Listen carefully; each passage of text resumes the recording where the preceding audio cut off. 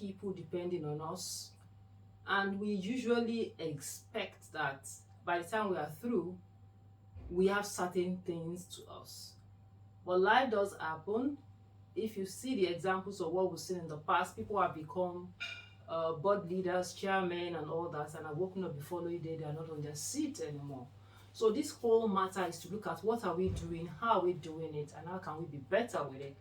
And beyond our present season as women in leadership and executives, wherever we are functioning, we should get some glimpse of how it is that our retirement and our future will look like. And that's what this is saying, building legacy and sustainable executive leadership. People have occupied offices in the past, and at the end of the day, it may appear that have they really added value? Why is life looking like this for them? If I show you some pictures, you will probably want to either type in the chat box or mute to tell us who you are seeing. Who is this person?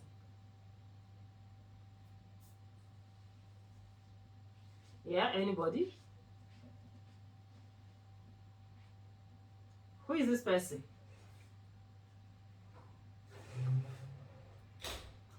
Can I see the chart? Yeah. Oh, no. Osiberi? No, this is Indra Nui. That's the former CEO of PepsiCo. Next person. Who is this? Yes?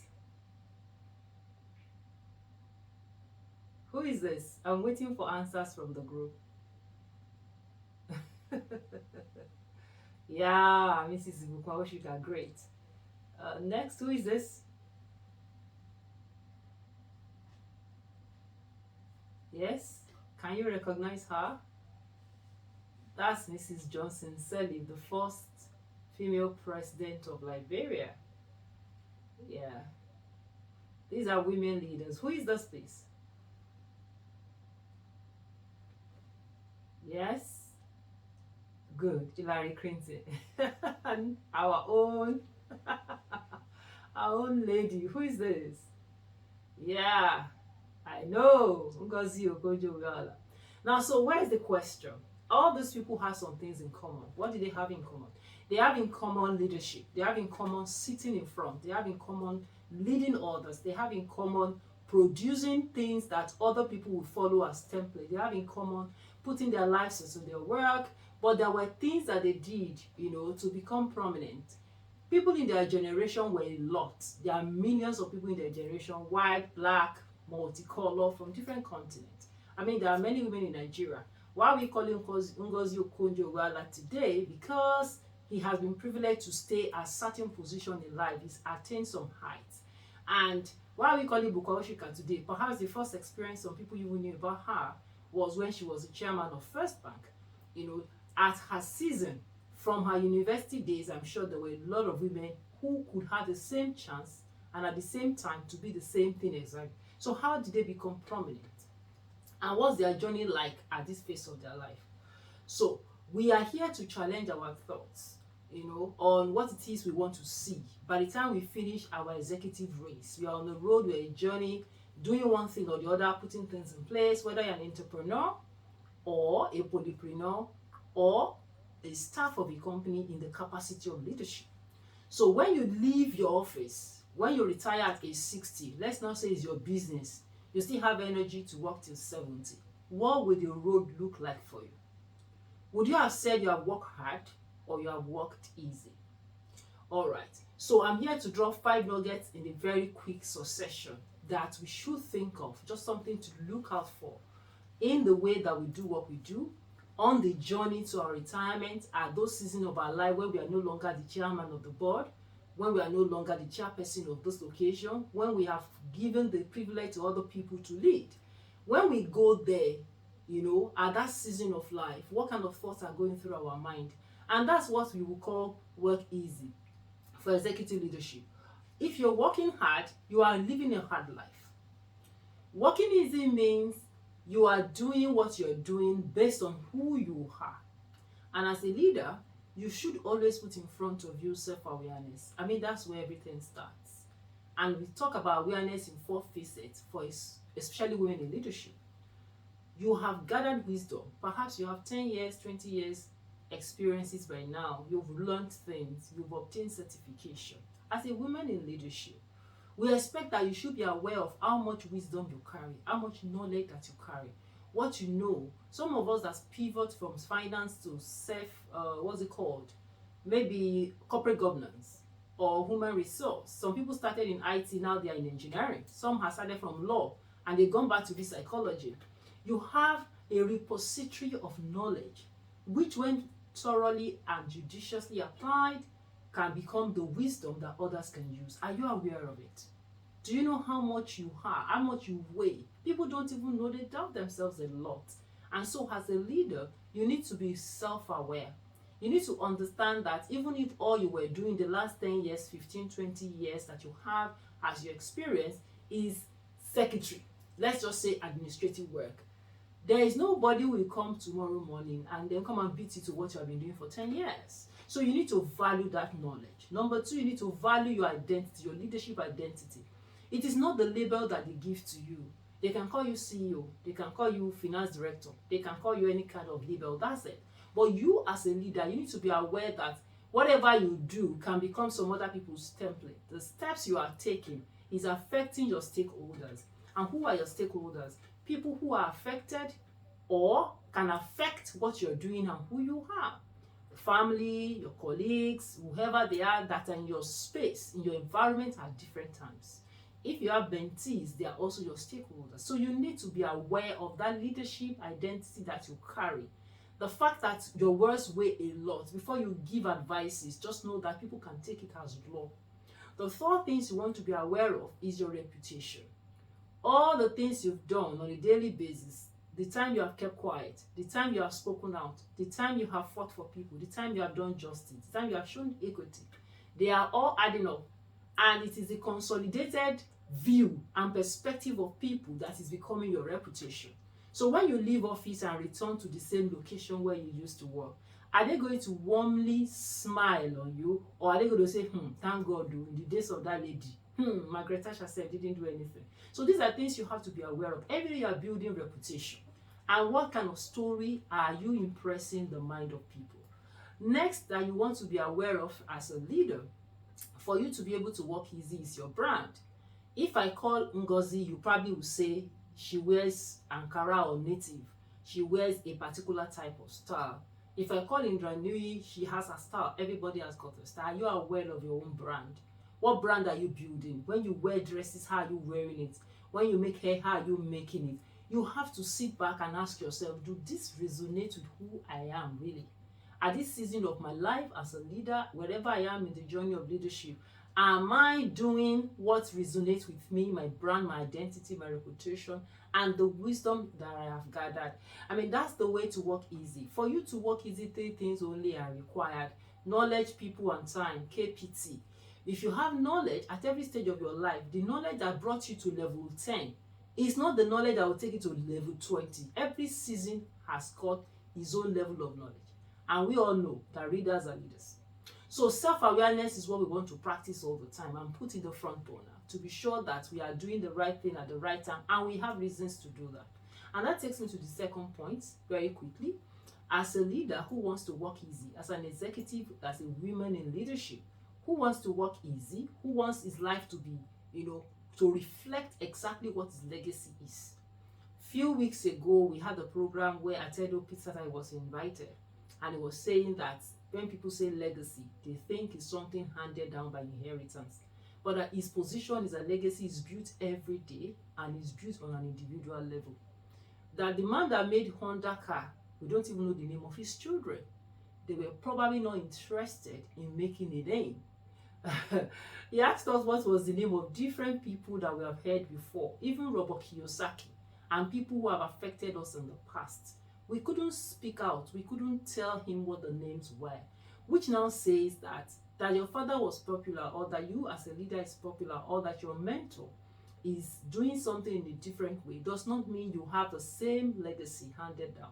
So for you to look at yourself by the time you're 60 and 70 and check behind you and say, what have I built? Have I worked out, or have I worked easy? As an executive, this is the time to start looking at where to make adjustment. Start with why. There's a book by Simon Sinek that says start with why. I mean, what he was alluding to was the fact that you put out benefits first before you start explaining to people. That's how to lead. Before you start explaining to them what the thing is about, start with the benefits, why they have to do. But you as an executive leader, you want to work easy. It's not everything that is thrown on your table that you embrace and you run with. Ask yourself, why am I involved? What's my role? What's my position? What kind of thing, how much impact can I make on this project? If I'm not there, will it matter? Every time you ask this question, you have given yourself the liberty to make the right choices. Whereas, what is not really directly impacting, if you're not there, you will not be missed. Why are you there? Most times, some of the meetings that we attend, we should always ask, if I'm not there, will it matter? Those are the kind of things we want to look at as executive women in leadership. For time, I move to the next nugget. The next nugget is show kindness. Why is this important? I mean, there was a man, I think an Indian man, who did a podcast on kindness. The name of the podcast is Live Better, Feel Better, something like that. And it was an hour podcast. There were a lot of things that were shared in that podcast. I can drop the link to that podcast later. And why is kindness important? The world is programmed after the law of seed time and harvest. Whatever you sow, you will reap. But in the space of the company, in the workplace, in the work setting, and for executive leaders, we have power. And that's why we started with self-awareness. We have power. We have power to hurt, we have power to help. So every time you are confronted with decisions where somebody needs to go for antenatal, is it a yes and is it a no? And why will it be? One true way to test kindness is, will it matter to the person that is involved? Sometimes it's not about you. To show kindness is not about you. For instance, you see somebody who is begging for something. You might want to say, well, it's squandered his money, or she's squandered her money, that's her problem. But you know that 500 naira means a lot. To you, it's not anything. You can go ahead and do that. So in the office, you want to find out.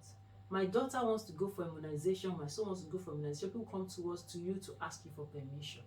It doesn't mean anything to you, but does it mean so much to the person coming to you? Do you have liberty to allow that person? And then every workspace decision, whatever we are doing on a daily basis, including the policies that we are making, when people are working at home, how much of facility have we provided to make them to do their work properly? So as executive leadership, you want to see all of those gaps and then look at them in the balance of kindness, so that by the time you are through, you have built relationships. The Pharisees came to Jesus and they said, why are you healing on the Sabbath day? I mean, the law is important. The policies, the standard operating procedure is clear. You don't do anything on Sabbath day. But all of us know that healing somebody on Sabbath day means a lot to the person who is sick. Somebody who has been bent, who is in pain, will not even mind whether it's a Sabbath day or not. So this is why I'm trying to put the perspective clear. That kindness is not really about us. It's about who with whom we are dealing. And by the time Jesus did what he wanted to do, he said, well, which one is more important? If your dog had fallen into the pit, would you have been calling Sabbath day? It's more important for this guy to be healed. So that people have policies and procedures does not mean we should be Pharisaic. So as a leader, we want to look at that, even the decisions we are making, so that by the time you retire and you pull yourself out of that office and you give a note to somebody to go there and say, I know somebody here, they will see the paper and they will be happy. And then you are happy as well. Next is show up. What does that mean? You know, as the picture on this slide is showing, this person is hiding. You know, he doesn't want anybody to see him. He's trying to look at the world from the corner of his eyes. He's not really showing up. We can see his full body. And some of us are like that, especially some of us that are, you know, we say we are introverts. At best, with all my improvement, I'm still 64% introvert. But we have to be deliberate. All of us will be extroverts, and you don't need to wait to be an extrovert to show up. You have networking events, industry events, you have things in the office, you have projects, you have ways and manners that your skills, talent, and the bank of wisdom that you have gained over the years will support the process. It will make it move forward. Show up. Don't, wrap yourself around your knowledge, your wisdom, everything you have, and decide to step aside. It's not my business. I don't have time. Programs like this, the second, you say, I beg, I don't know what I'm talking about. The reason we are hearing of Ngozi Okonjo-Iweala today is because they've shown up. I mean, she could have just failed in front of the whole world. It takes a lot of audacity for her to put herself forward and say, I want to go and contest for what trade organization, anything. Other people could have dared it. Other people could have run away, but he said, let me go. If I fail, let me fail. If I pass, let me pass. So you show up. They say, who can do this for us? You say, I'm not the one. In your estate, as the residents association, who can do this for us? You know the thing they are trying to do and you can do it. You run away. Everywhere you're not showing up. By the time your season is over, you want to find out what have you done. So show up. Sometimes some things are strategic. They put you up. Why we call him Yukayoshika? Why did you say Johnson Sirleaf? I carefully selected those women because they have shown up in a particular space. We don't all have to be in politics. But they are taking up responsibility at different seasons of their life. And that's why we know them. That's why even when they retire and their children get to the embassy, there will be recognition for them. Showing up sometimes does not just benefit you, benefit everybody who is connected to you. Then they start to say, oh, are you the cousin, or are you the niece of, or are you the church member of, or are you the somebody of somebody? So your showing up is not just helping you, it's helping other people. So when I hear women say, I'm an introvert, I don't like problem, people must not even know I'm there. Why? Try and find the benefits of showing up and then show up. So lastly, I'll leave you with this before I close. The fifth nugget I want us to look at to be able to work easy, to leave a proper legacy, and to have sustainable work experience even as we journey through life up until retirement as leaders, is to stick to the fundamentals. What am I saying? The world is constantly changing. Coronavirus came and told us how to do what we're doing basically in another way. But the fundamentals won't change. There is no computer or software that will make you plant a seed in the ground and not water it before it will grow. You might not water it manually with a cup or a troughing can. You might say you are using a sprinkler or something else. Technology comes to enhance what you are doing. It doesn't take away the fundamentals. And as leaders, and in this world that everything is fast-paced, everything moving fast, people want to cut corners. Those things will not be sustainable. So to work easy, stick to the fundamentals. You don't read, you are not a leader. You don't give, you cannot be a receiver. You don't set proper procedure in place, you are not going to get the best. You don't train your staff, they will drain you, because then everything will depend on you. They keep coming back. So there will always be fundamentals in the tool of trade that you are using. That if you're a doctor, for example, there is a way you must do injection. Whether it's a vaccine or it's something else, anti-malaria, you want to give injection to a patient, some things you must follow. You must wear your glove, you must protect yourself from blood spill and all that. So you will always have fundamentals in every trade. To work easy, stick to the fundamentals. How you embellish, enhance and beautify it might not really be the issue. Those ones are dress up, those ones are other things. But the fundamentals, make sure you stick to the fundamentals. In your hiring decisions, hire the best so that they can give you rest. If you go and hire because it's your cousin or something, they come in, they are difficult to correct. So stick to the fundamentals. So by the time you are through and you raise your hand and say like Samuel, whose horse have I collected? Whose wife have I defrauded? You are giving an account of yourself. So every profession has got its fundamental. So that your role and position as a woman in leadership has got its fundamentals. So my challenge and encouragement to all of us on this call is to always stick to the fundamentals. You know what they are. So this is a picture of a woman who has retired.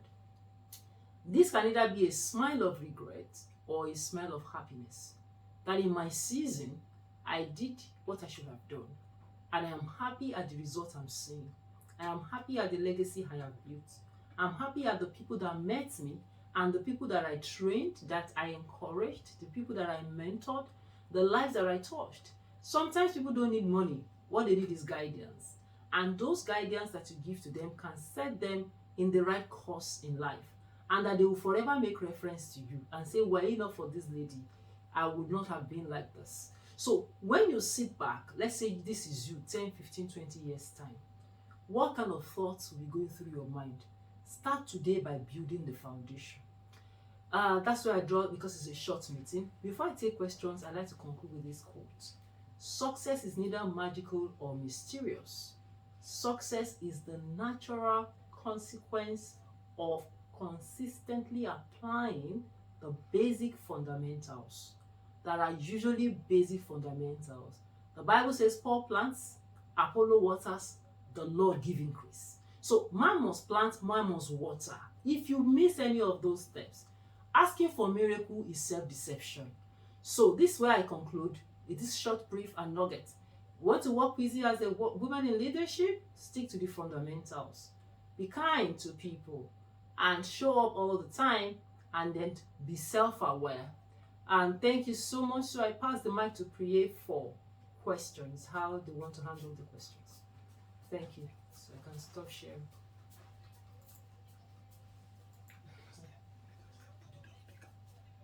Put it on speaker. Let us hear. Let us hear what you are saying.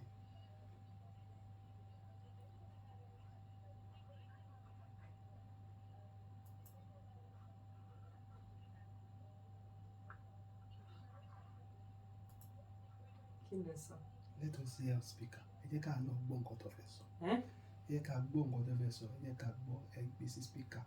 Ẹ jẹ́ ká gbọ́. Yeah. Are we taking it question by question, or we're taking all questions together? I can go for the answer immediately.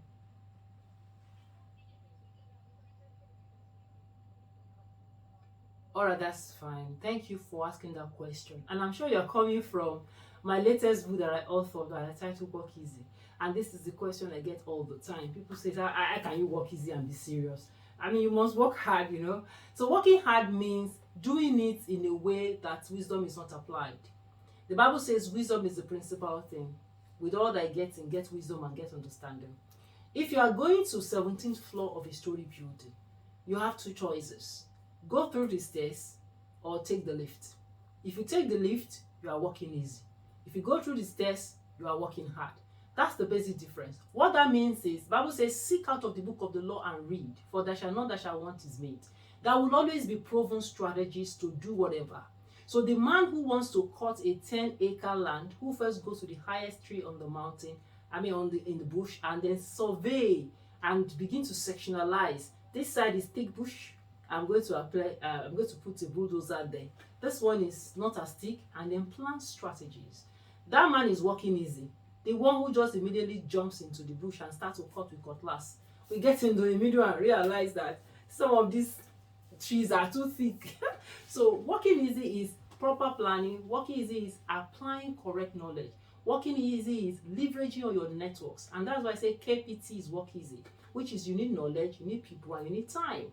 So the time element there is what you do with planning, how you strategize, and how you co-opt people to help you. You can hold something and it'll be heavy, but when you support it with other things, you know, put it on the table, or you want to drive a heavy crate or television or something heavy, and you put it on your wheels and you just start pushing it, that's working easy. But when you carry that heavy fridge and you're now dragging and breathing hard, that's working hard. So what's the difference? Application of correct knowledge, asking the right questions, networking with people who can give you proper support. That's the difference. And then working smart is similar to it, but direct opposite of working hard is working easy. The work is hard, but you have applied easy techniques to make it work. And those are the things I put in the book for people to look at it and then adjust their mindset.